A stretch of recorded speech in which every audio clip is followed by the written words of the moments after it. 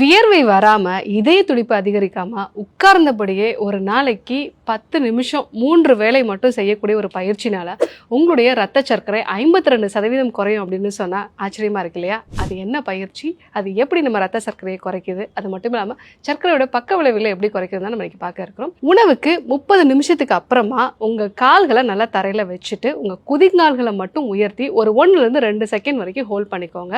அதுக்கப்புறமா கால்களை தரையில கொண்டு வந்துடலாம். இந்த ஒரு பயிற்சியை ஒரு நாளைக்கு 10 நிமிஷம் ஒவ்வொரு முறையும் சாப்பிட்ட பிறகு 30 நிமிஷத்துக்கு அப்புறமா நீங்கள் பண்ணீங்க அப்படின்னா உங்களுடைய ரத்த சர்க்கரை 52% குறையுது அப்படிங்கிறது ஆராய்ச்சிகள் சொல்லியிருக்கு. அது மட்டும் இல்லாமல் இது கொலஸ்ட்ராலையும் குறைக்கக்கூடியது, உடல் எடையும் கட்டுப்பாட்டுக்குள்ளே கொண்டு வரதுக்கு யூஸ்ஃபுல்லாக இருக்கும்.